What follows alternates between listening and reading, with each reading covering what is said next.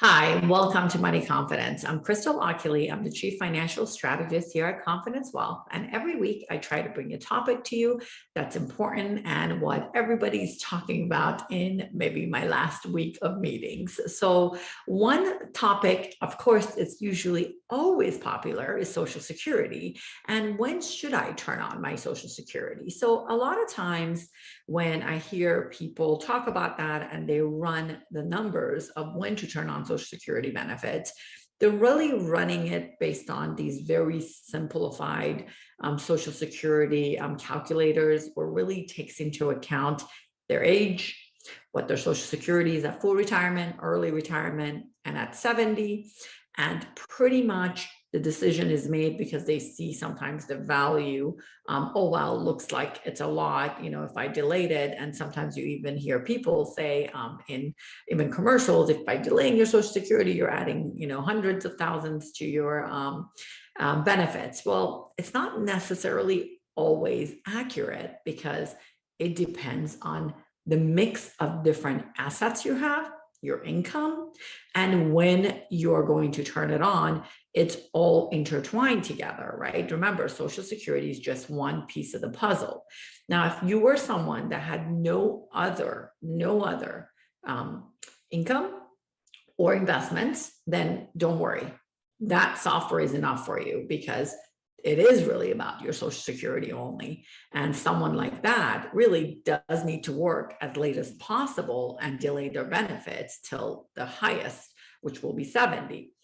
But that's not most of the people we're seeing. Obviously, most people have saved money. Most people have their 401k, their IRA. Most people have their maybe pension, rental income. So if you're not in the category that Social Security is your only source of income and you have no other savings, then you really want to pay attention to this. So running Social Security calculation is going to mean what's going on with the rest of your assets and how you're going to meet and fulfill your income needs and when to turn it on. So I'm going to show you an example, a quick example of what we do for our clients and how we determine when's the best time to turn it on, because we're just going to get a little bit more advanced in this and complicated. And sometimes when you're looking at the, more complex things visually, it makes more sense to you. So I'm going to give you an example of, we're going to call them Romeo and Juliet. So Romeo and Juliet are going to retire at age 65. And they're thinking, should I turn on my Social Security at 65 or should we wait till our full retirement age? So let me give you an example of what that means. Remember, early retirement means 62 for everyone. Full retirement is going to be dependent on your birthday. So in this example, Romeo is going to be at 66 and 10 months, or Juliet is going to be 67 based on their birthday. That is when their full retirement age is, usually referred to as FRA. So now, maximum retirement age is obviously 70. Because the moment you reach 70, that's when you max it out. And if you haven't turned it on, you better turn it on at that time. So the question Romeo and Juliet had was that when we are retiring at 65 and they have other sources of assets, IRAs and 401k and trust accounts that they have set up, that where do we take income from and when would make sense as a piece of the puzzle to turn on our benefits? So when we put all of this together, I'm going to show you a visual of why it's really important to understand. Not for everyone, the formula is going to be the same. I've been teaching Social Security classes for the last decade and running over, I don't know how many formulas, it's over thousands at this point, I'm sure.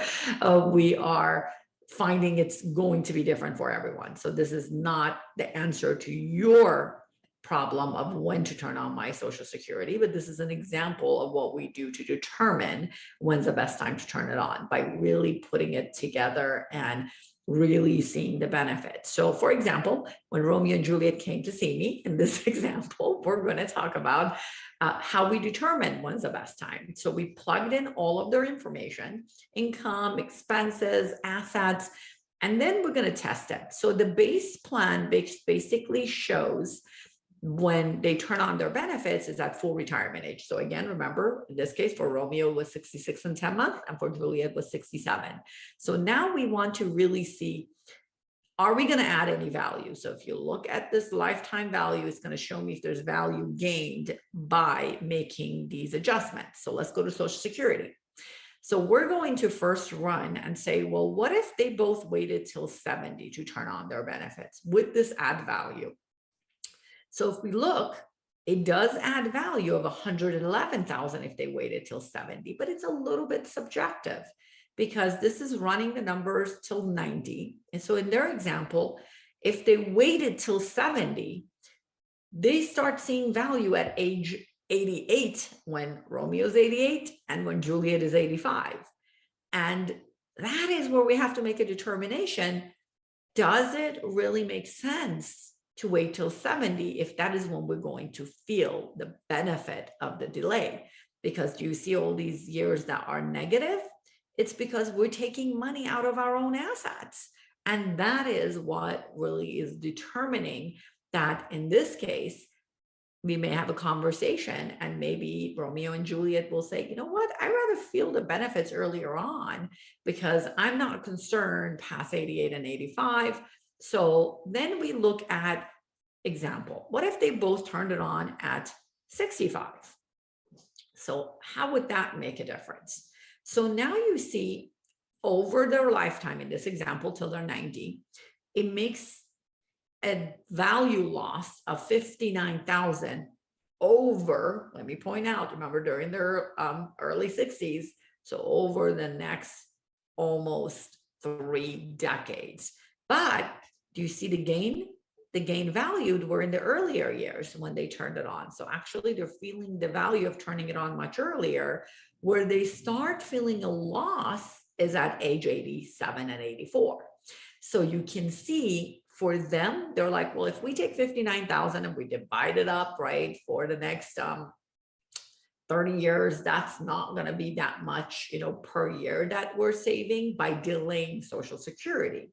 So they actually ended up liking the idea in this example of why it would be for them, they like to turn it on at 59, even though on paper it shows a value loss, but it's really not, because we're still looking at if we live till 90 and the benefit of turning it on later when we were 70, we felt it in the later years. Now, if someone has super longevity and they believe Social Security is going to be around for a long time and they're not concerned about the fund and all of that, maybe they wait longer. So again, what really matters is what's best for each person. Now, we also ran a number, well, what if Juliet waited till 70 and Romeo turned it on at full retirement age?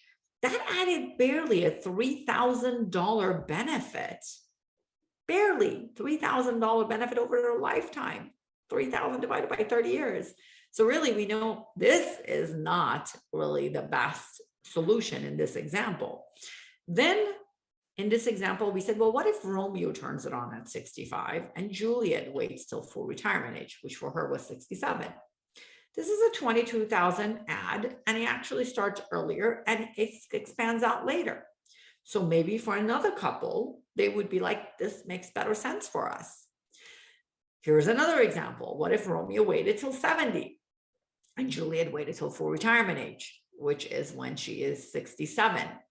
So in this example, it added a $67,000 value. They start feeling the value at age 80 and 85, which for them, they didn't want to. Now, what if Juliet turns it on at 65 and Romeo waits till full retirement age? In this example, it's a value loss over their lifetime. They felt it a little bit at the beginning, and then they started really losing the value. So you can see how it's so interesting that it is going to be subjective, because the other thing to think about, which is something, I always bring up. So, hey, Romeo, hey, Juliet, I get that you want to turn it on at 65, both of you. But what if something happens to one of you? The other one is going to only receive one benefit, because this is all running it based on it. Everything is, hunky and dory, and no one has passed away and everyone has lived up to 90. So maybe, wouldn't it make sense possibly that one of you turns it on earlier, the other one waits till 70? So in this example, which was full retirement age and one of them at 70, So it was only a $3,000 value added on. So again, it looks small, but subjectively, if something happened to one of them, they would get the highest benefit, which be example, in this case, Romeo's benefit at 70. So these are the things I want you to think about. And by the way, in this example, I had pretended Romeo was getting 40,000 a year and Juliet was getting about 24,000 per year. So again, it could be vice versa. It doesn't really matter. So I want you to really understand that turning on Social Security benefits not only makes a difference to the rest of your assets, but how you feel the gain or losses depends on the age. And also there is the subjectiveness if something happened to one of you. So example, for Romeo and Juliet, we're going to now run some numbers to see, well, what if Romeo dies and ends up, unfortunately, maybe he takes the pill in this example or the poison, whatever the case is. What if something happens to one of them, not both of them? Then what occurs? And then we run the numbers. What if something happens in their 80s? What if something happens in their 70s? And then just run the numbers. So you can see it's not an easy decision or a decision that should be taken lightly. It is an important piece of the puzzle. It is important to the rest of your assets. And it is extremely critical that you make this decision as a team, together, especially if there's two of you. And example, for our clients, this is the wonderful thing, because we get together, we sit down, we brainstorm all this before they turn it on. That's why we always say Social Security maximization, we should be looking at every year before you turn it on, because things may change and we may change our mind depending on health, depending on what's going on with other assets at the time. So there's a lot of moving parts involved of when to turn on your Social Security benefits. So if you are listening to this and you're not a current client and you're wondering, well, oh my gosh, I didn't even think about this, you will be more than happy to run some numbers for you. Just let us know that you're a friend or family of one of our clients so we can get you in earlier, because we are extremely busy running these numbers for our current clients. Not just this, but also looking at taxes and looking at holistic planning. So again, that's why I always talk about holistic planning, because holistic planning does take into account all the pieces of the puzzle of your financial life, not just one thing. It's not about Social Security alone. It's not about investments alone. It's not about taxes alone. All of them are intertwined together. And it is really important to, have all your ducks in a row and, cross your T's and dot your I's before you make a decision of when to turn on Social Security, pension, when to utilize different liquidation strategies. All that truly, truly matters. I will talk to you a little bit next week, maybe about, maximizing liquidation, and show you some numbers in the same way that I showed you with Social Security and why that makes such a significant impact. Until next week, have a great one.